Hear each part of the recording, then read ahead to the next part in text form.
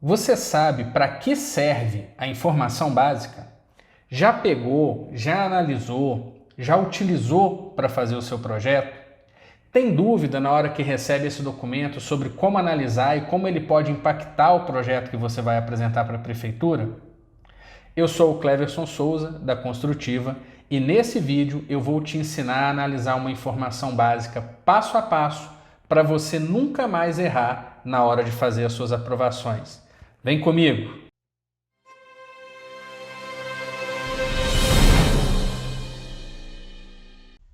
Diferente de outras cidades do Brasil e mesmo da região metropolitana de BH, a emissão de informações básicas pela Prefeitura de Belo Horizonte é gratuita e automática através da internet. Para você solicitar a informação básica do lote com o qual você quer trabalhar, você vai acessar o portal CIURB, que é esse que está aparecendo aí na tela e cujo endereço está aparecendo aí embaixo para você. O portal CIURB, na verdade, concentra uma série de documentos que você pode precisar nos seus processos de aprovação de edificações ou de parcelamento do solo. Então, quando você acessa a interface, esse é o aspecto com o qual ele se apresenta para você. No nosso caso, que vamos abordar o assunto de informação básica para edificações, o documento que a gente precisa é esse primeiro, que está logo de cara aqui no portal. Então eu clico na opção de informação básica e para eu emitir essa informação básica, eu preciso basicamente do índice cadastral do imóvel que eu pretendo consultar e dos dados do solicitante. Opcionalmente, você também pode consultar através dos números de zona, quarteirão e lote. Só que esses dados normalmente são mais difíceis de você obter do que o índice cadastral, que é só você consultar na guia do IPTU lá, que o seu cliente vai receber todos os anos. Então, com o índice cadastral em mãos, você informa ele nesse campo, informa os dados do solicitante nesse campo, marca aqui o reCAPTCHA e manda solicitar o documento. O documento é emitido automaticamente e é enviado para o e-mail que você informou aqui no campo de dados do solicitante. Não tem custo e normalmente demora aí de 10 a 15 minutos para você receber a informação básica ou as informações básicas, no caso de terrenos que são compostos por mais de um lote, você recebe dentro de 10 ou 15 minutinhos no e-mail que você informou e aí você já pode começar a trabalhar. Uma vez que você tenha recebido a informação básica no seu e-mail e tenha feito o download do arquivo, você vai se deparar com esse tipo de documento que está aparecendo na tela aí para você, tá? A informação básica, como nós já falamos em outras oportunidades aqui no canal, ela traz todos os aspectos urbanísticos pertinentes para que você possa se embasar para poder produzir o seu projeto. Ela traz todas as características, todas as condicionantes urbanísticas que vão nortear a ocupação do seu terreno e todos os dados urbanísticos do seu terreno também. E a informação básica, ela é classificada por temas. As informações que vêm na informação básica são classificadas por temas. Então, logo na primeira página, nós temos aqui, em primeiro lugar, os dados gerais da informação básica, né? Que seria o nome do solicitante, o CPF, aqui no caso eu deixei apagado por razões óbvias, e a data de solicitação. A data de solicitação é um aspecto muito importante relacionado às informações básicas pelo seguinte: toda informação básica tem uma validade prevista de 1 ano. Ou seja, no caso do nosso exemplo aqui, que é uma informação básica emitida em 16 de fevereiro de 2023, ela é válida para projetos que sejam protocolados junto à Prefeitura de Belo Horizonte até 16 de fevereiro de 2024. Então, os dados, as informações que estiverem constando nesse documento são válidas para eu protocolar o meu projeto até fevereiro do ano que vem. Claro, se não houver nenhuma modificação de legislação nesse meio do caminho, né? Uma aprovação de um novo plano diretor ou publicação de alguma portaria específica, seja pela prefeitura, seja por outro órgão, né? Se não tiver nada disso, durante 1 ano eu tenho garantidas as condições que foram impressas nesta informação básica para mim. Então, sempre que eu recebo uma informação básica, que eu não peguei essa informação básica junto à prefeitura, porque isso às vezes acontece, o cliente já te procura para fazer uma aprovação e já te envia uma informação básica que ele tem. Então a primeira coisa que eu vou fazer é, essa informação básica está dentro da data de validade? Como que eu vou saber isso? Vendo aqui a data de solicitação do documento. Aí eu sabendo a data de solicitação, sabendo se não houve nenhuma alteração de legislação nesse meio do caminho e tendo noção de que ela vale por 1 ano, eu vou saber se eu posso basear o meu projeto nesta informação básica específica ou se é melhor eu entrar lá no CIURB e emitir uma nova informação básica, ok? Uma vez que eu entendi essa questão da data e sei que a minha informação básica está dentro da data de validade, eu vou prosseguir com a análise da mesma. Aí a gente passa para um segundo campo aqui, que é o campo de identificação do lote. Nesse campo você vai ter os dados urbanísticos do seu terreno e você vai usar essas informações para preencher os selos do projeto arquitetônico que você vai mandar para a prefeitura. Então todos esses dados que constam aqui no campo identificação do lote são transcritos para o selo do projeto que vai ser protocolado. É para isso que serve essa parte. E tem uma coisa muito legal aqui, que é o valor do metro quadrado, levando em consideração o IPTU, o valor venal do terreno por metro quadrado, tendo como referência a base do IPTU. Por que que essa informação ela é importante? Por que que ela é interessante? Porque nos processos de regularização de edificações, pela Lei 9.074, você calcula as multas das eventuais infrações baseadas neste valor, nesse valor do metro quadrado do terreno, tendo como base o IPTU, ok? Então ele já vem aí na informação básica, você já pega daí e monta lá o seu cálculo de multas, certo? Seguindo, nós vamos para o terceiro campo, que talvez seja o campo mais importante de toda a informação básica, que é o campo de informações urbanísticas.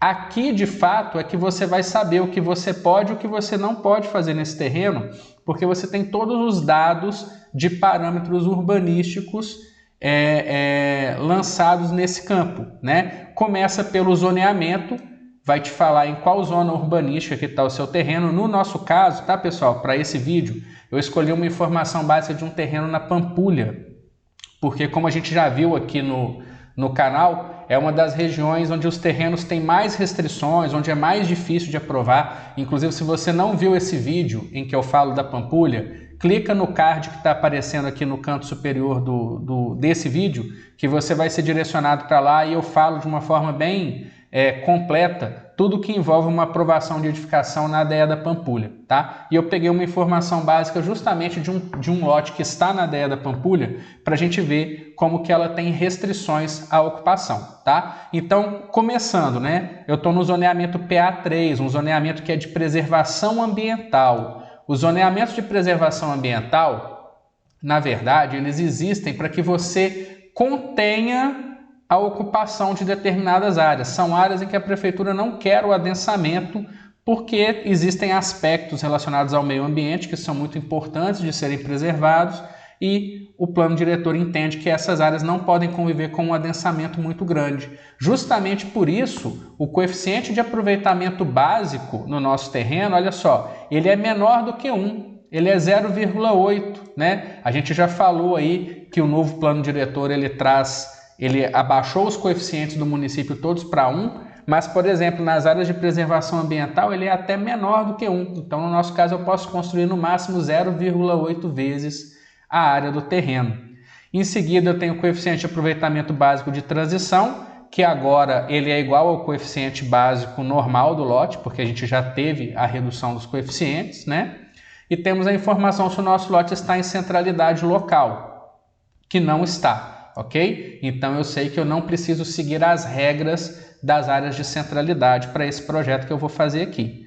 Em seguida ela me fala a taxa de permeabilidade, ou seja, a quantidade de área permeável que eu tenho que ter dentro do meu terreno.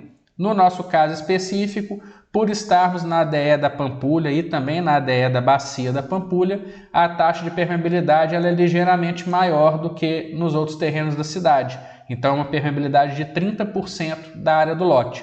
O que significa isso? Significa que se meu lote tiver 1.000 metros quadrados, eu tenho que deixar 300 metros quadrados de área permeável para atender a legislação.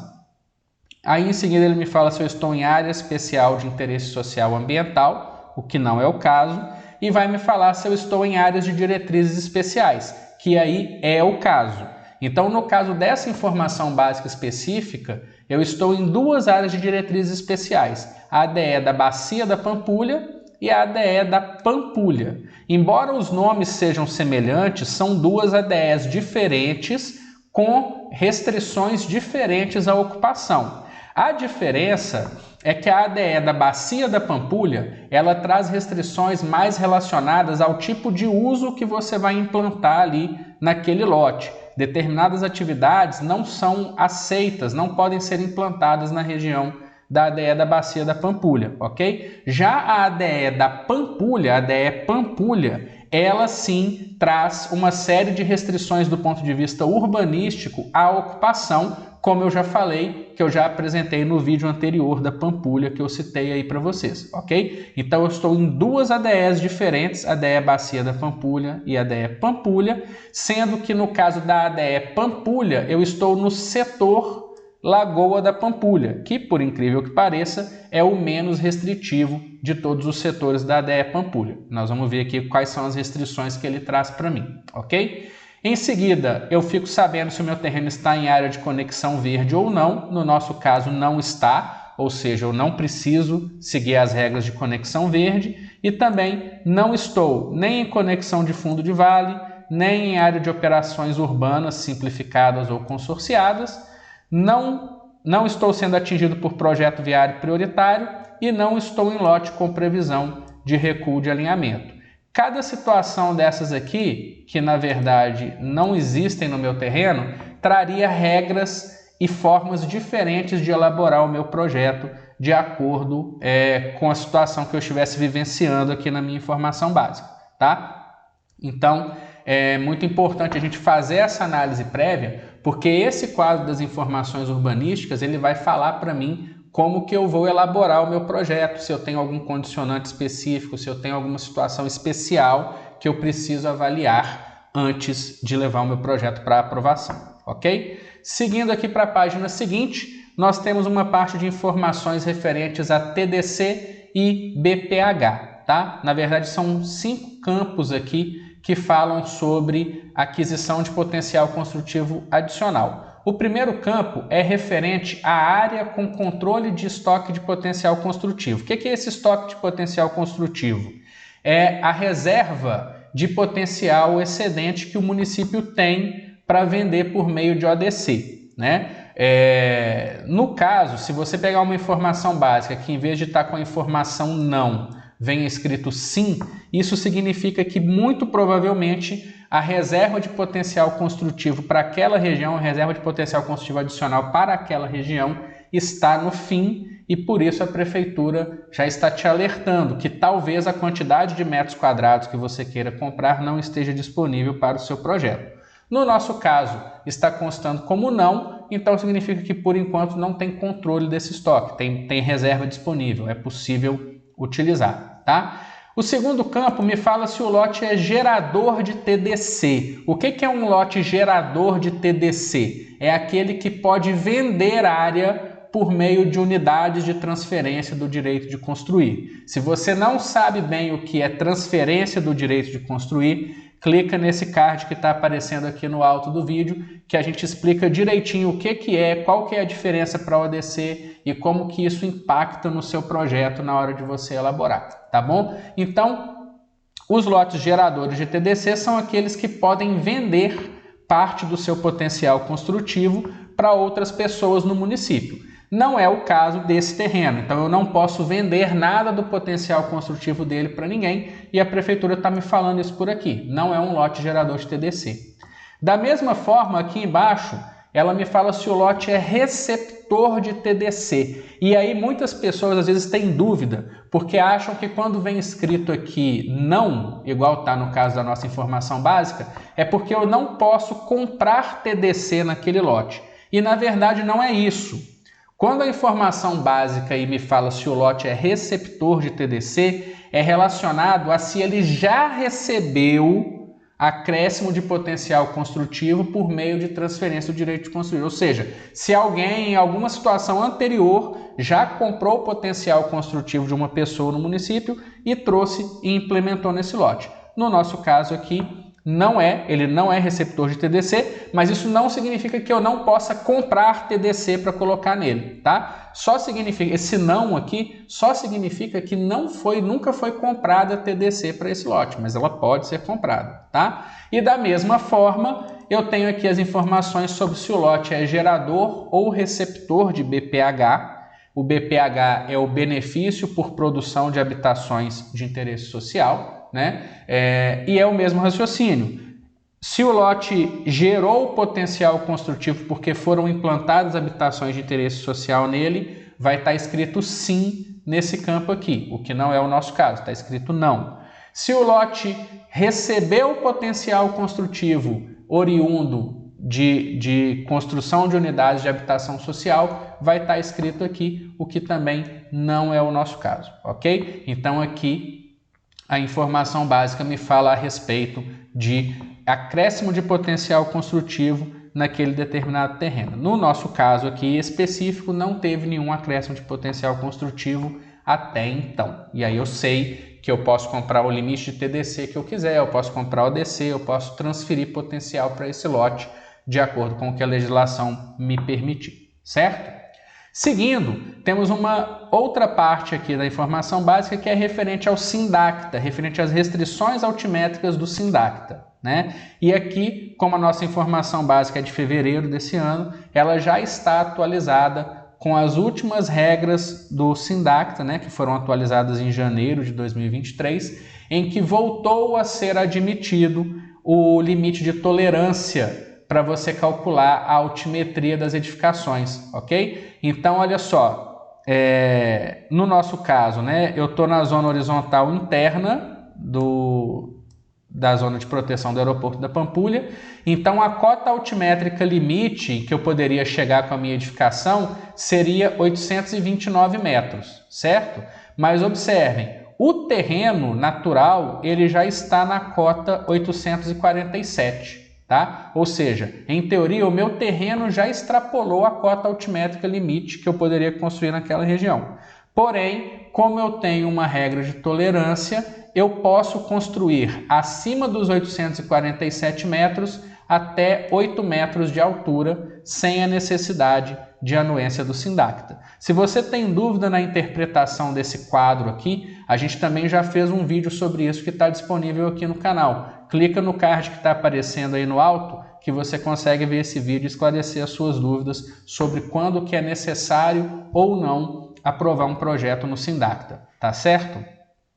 Seguindo, o próximo campo que a informação básica traz para a gente é referente às informações de patrimônio cultural. E aí ela vai falar para a gente aqui se é obrigatório eu aprovar o meu projeto em algum órgão do patrimônio. Como a gente já falou no vídeo da Pampulha, que eu já citei aqui, quando eu estou na ADE da Pampulha, por se tratar de patrimônio cultural da humanidade, eu sou obrigado a aprovar o meu projeto em todas as instâncias. Então eu tenho que aprovar no DPCA, que é o patrimônio municipal, eu tenho que aprovar no IEFA, que é o patrimônio estadual, e tenho que aprovar no IFAM, que é o patrimônio federal, ok? Então aqui ele vai me falar onde que eu tenho que aprovar. E a gente vai ver que, embora eu não esteja inserido em área de proteção federal, olha só, ele me fala que o lote está inserido em área de proteção federal? Não. Mas a gente vai ver na próxima página que, apesar de eu não estar em área de proteção federal, eu preciso passar pelo IFAM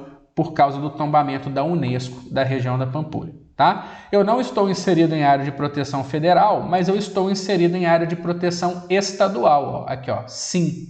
E aí me fala para consultar o IEFA. O que significa consultar o IEFA?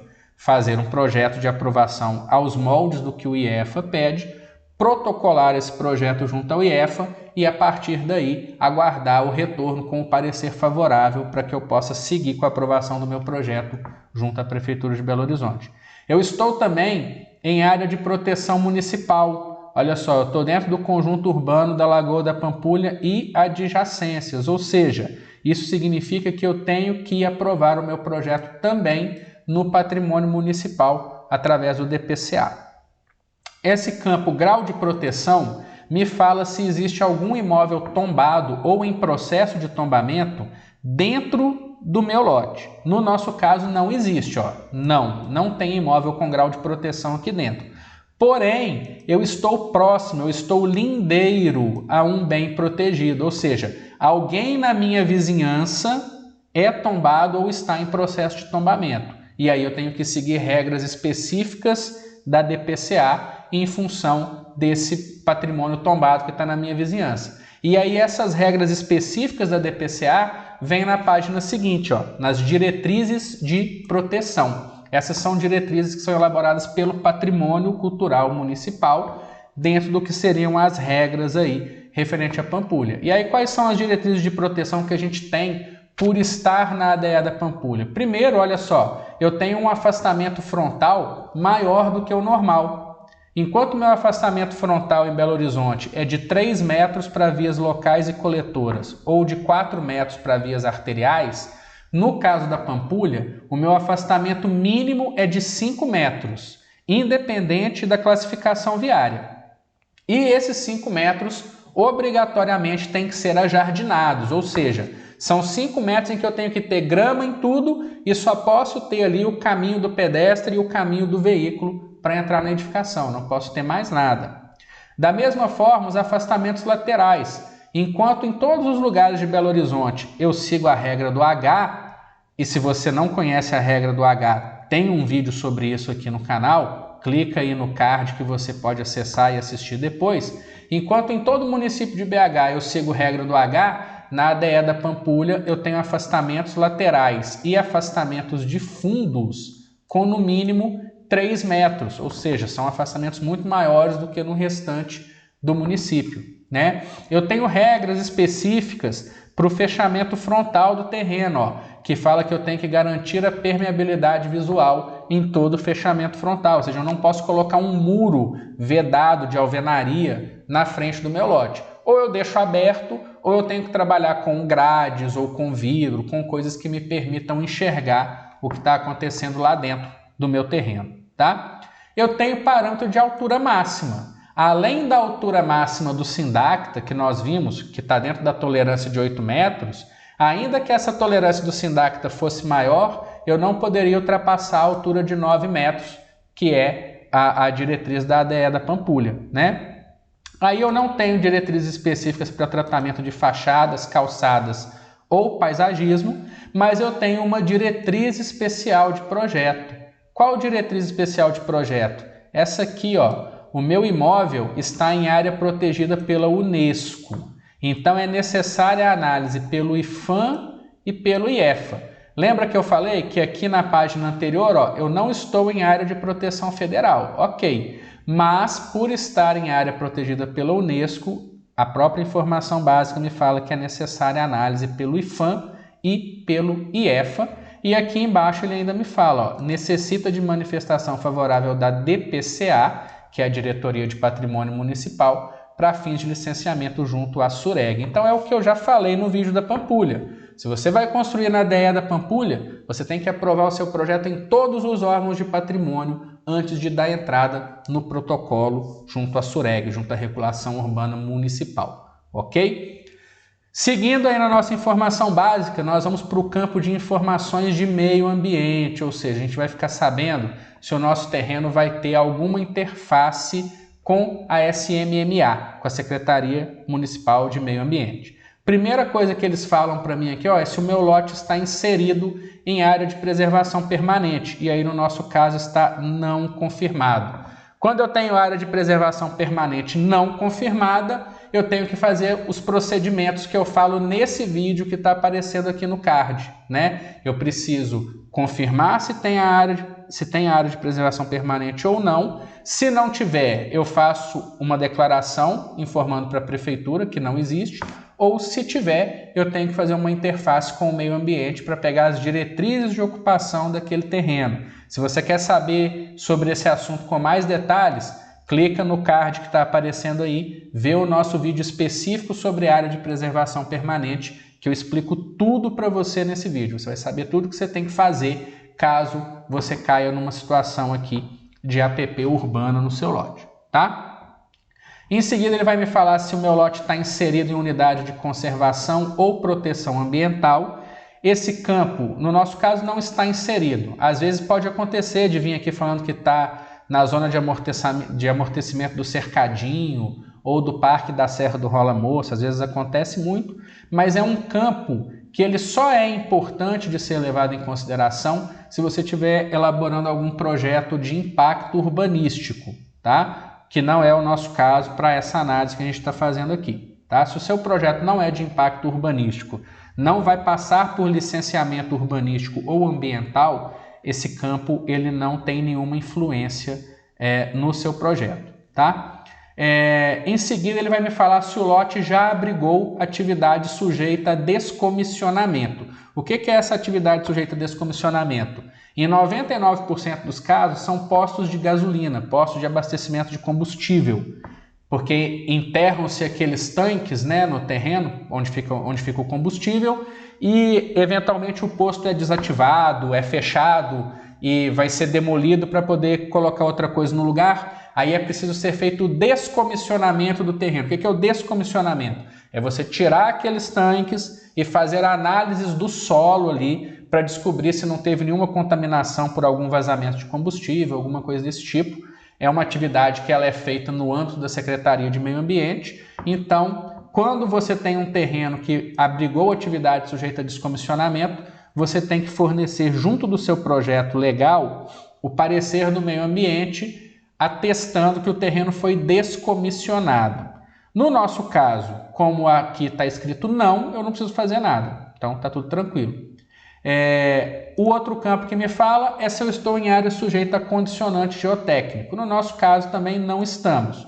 Mas se eventualmente você estiver numa área sujeita a condicionante geotécnico, o que você vai ter que fazer é, na hora de fazer o seu comunicado de início de obra lá na prefeitura, anexar uma ART de projeto geotécnico que ateste que existe um engenheiro que fez o projeto de contenção daquele terreno e está responsável pela estabilidade e pela segurança daquele terreno, tá?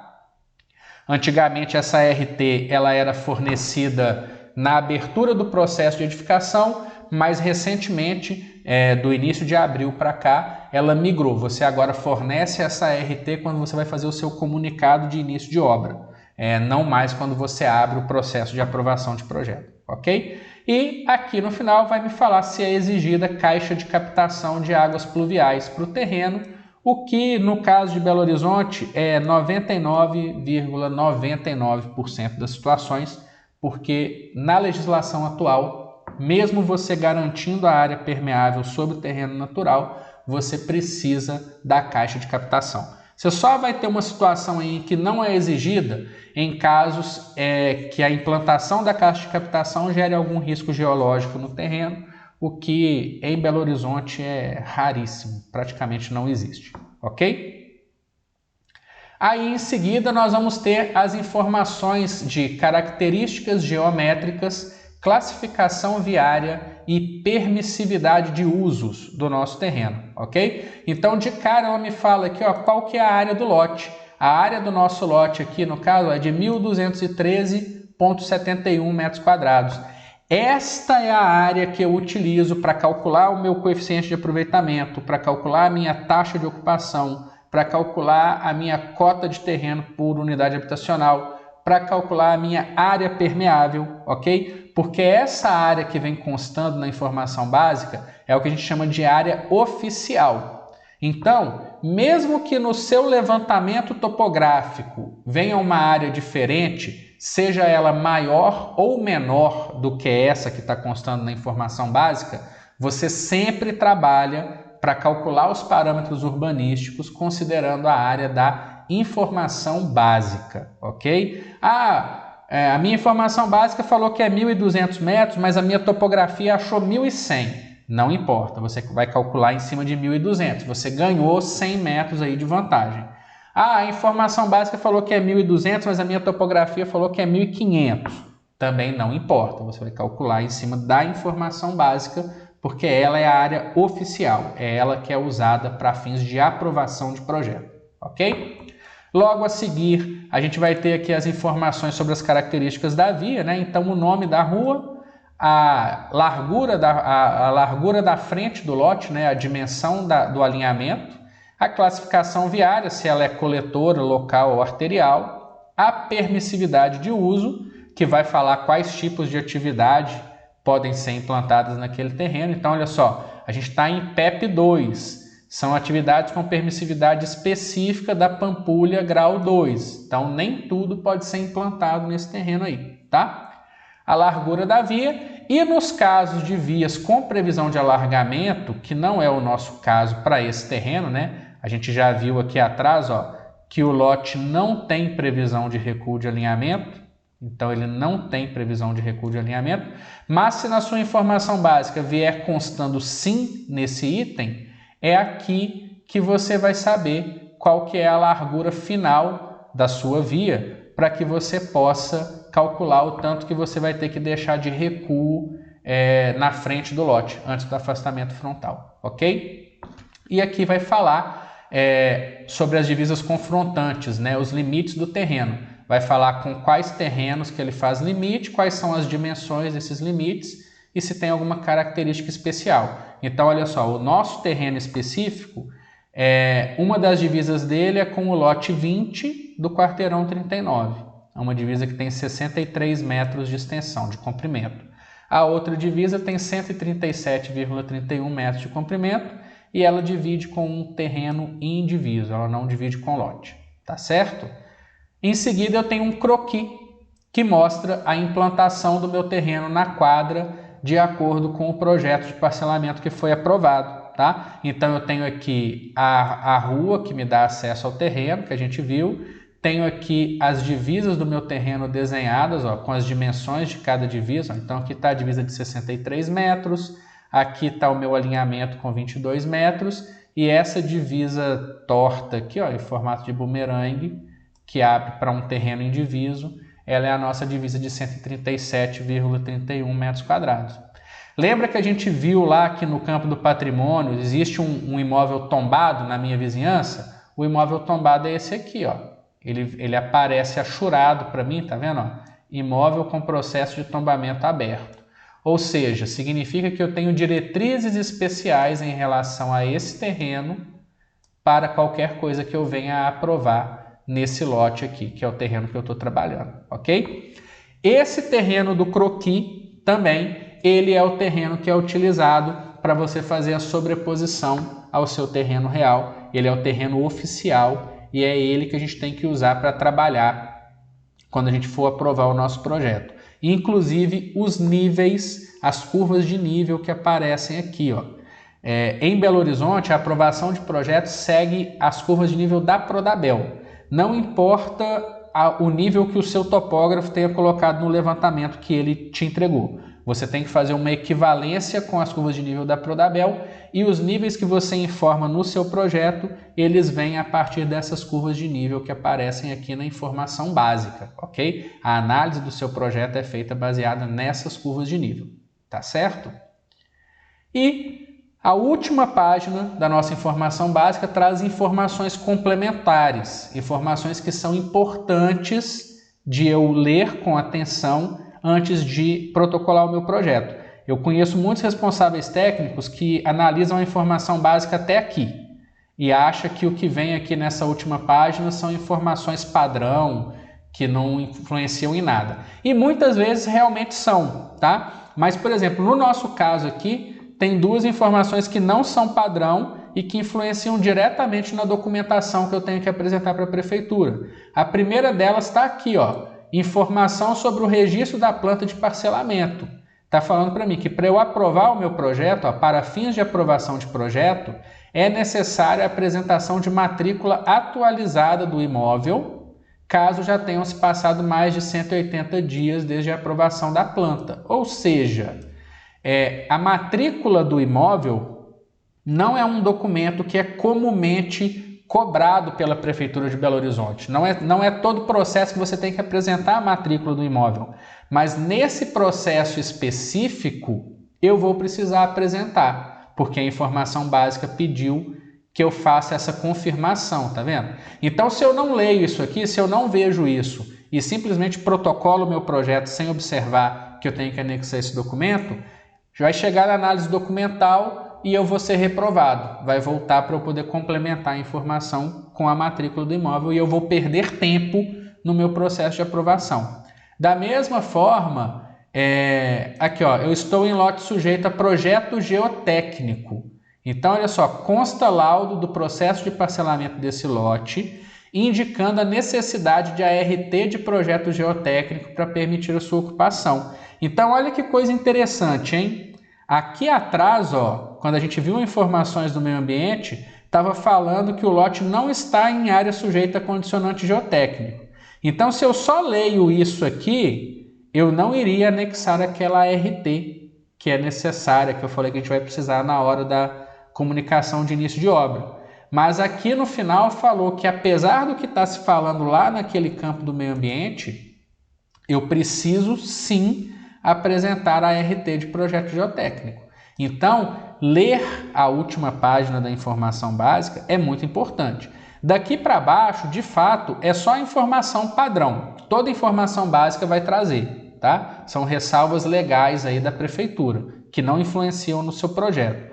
Mas esses dois itens, eles se influenciam. Então, é importante eu ler isso aqui para eu ter certeza de que não tem nenhuma novidade, nada esquisito aí que possa impactar na minha forma de protocolar o meu projeto, ok? E aí é isso. Tendo analisado a informação básica da forma como a gente fez aqui, eu já sei, inclusive, na hora de formatar a minha proposta comercial, na hora de calcular o preço do meu projeto, eu já sei o volume de trabalho que eu vou ter e vou poder dimensionar isso, né? Então, olha só, diferente de um terreno convencional que você pega em Belo Horizonte, de cara você tem 3 aprovações a mais para fazer, que são as aprovações relacionadas ao patrimônio, né? IEFA, IFAM e DPCA.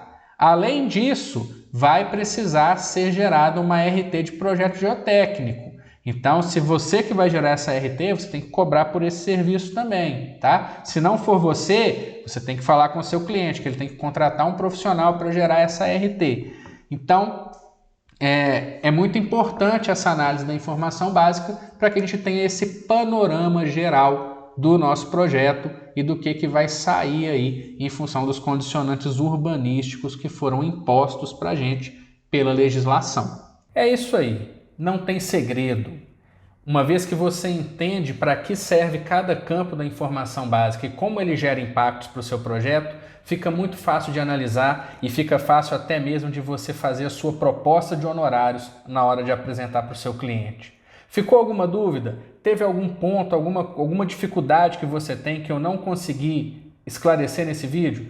Deixa nos comentários aqui embaixo que eu volto para te responder, ok? E se você ainda não deixou sua curtida, por favor, ajuda a gente, curte esse vídeo, compartilha com seus amigos, com seus colegas de profissão, com aquele amigo que você sabe que está tendo dificuldade na interpretação de uma informação básica, que eu tenho certeza que da mesma forma que esse vídeo te ajudou, vai ajudar mais pessoas. E se você ainda não segue a gente aqui no canal, passou da hora, né? Não custa nada, é de graça e você fica por dentro de tudo que você precisa saber sobre a aprovação de projetos aqui em Belo Horizonte. E se quiser ter uma relação mais próxima, segue também o nosso perfil no Instagram, tá aqui embaixo o endereço. Tem muita coisa que a gente posta lá todos os dias, muitas informações para melhorar a sua atuação profissional. Um abraço e até o próximo vídeo.